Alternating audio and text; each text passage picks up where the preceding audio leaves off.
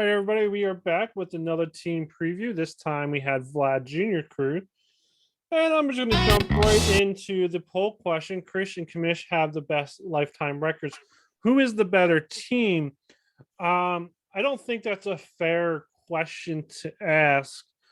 I think is who deserves to be the best team based on previous record. And Kamish, as you always say, I'm going to use your words against you. You play in the weakest division.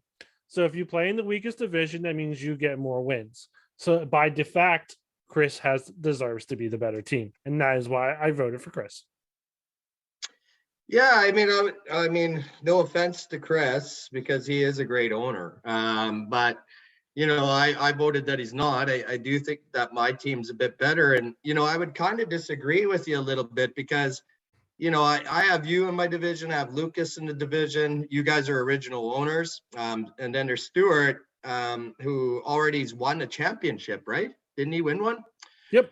Whereas we look at Vlad Jr. crew, he's got Robert, and he's 4-5 lifetime against Robert. Robert's won 2 out of the 3 divisional titles possible in the Pandian.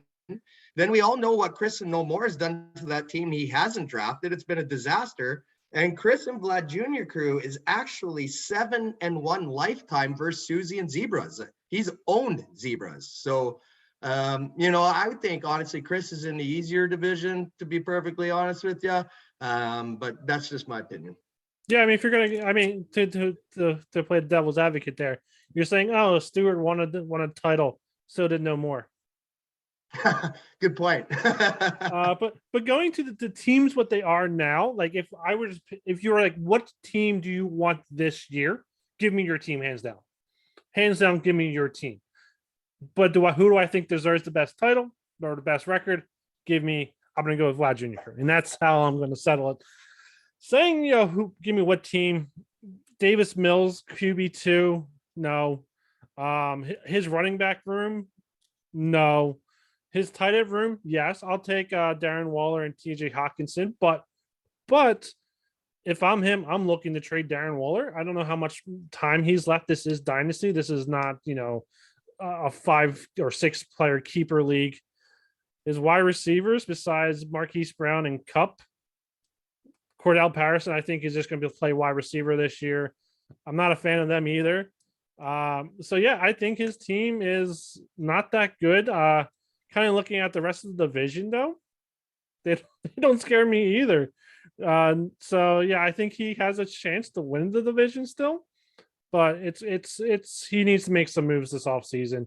Look into blowing it up. I think a lot of teams have the mentality of kind of a redraft league. Soon as your players start hit 28, 29 years old, and they're still like your best player on your team. You gotta look into moving that for assets, especially for next year. Yeah, I agree. Like, I think his running back room is probably one of the worst in the league. I mean, guys like Devontae Freeman and Jordan Howard in your running back room. I mean, the only guy that I could see that might have potential there is Ronald Jones, but he's been a career bust up to this point.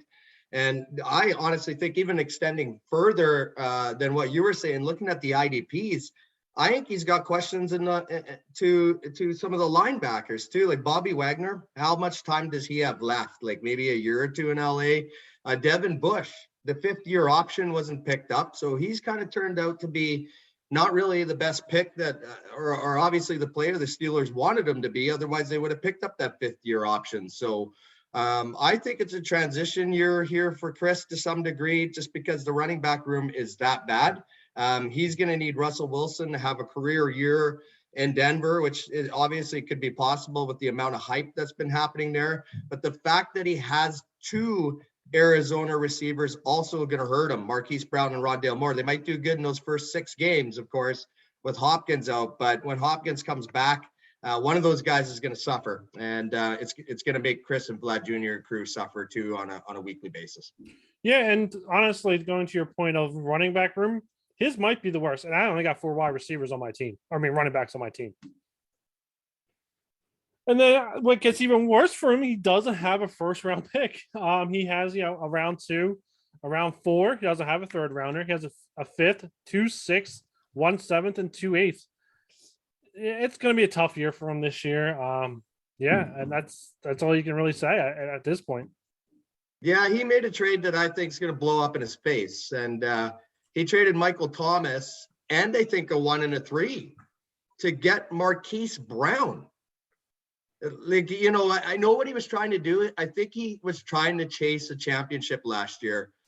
Turned out he was one and done. Like, he was the worst playoff team, 8th place. And I think that trade's blown up in his face a little bit. I'm pretty sure he would probably say the same thing. It's curious to see if Michael Thomas is going to be able to come back to where he was before.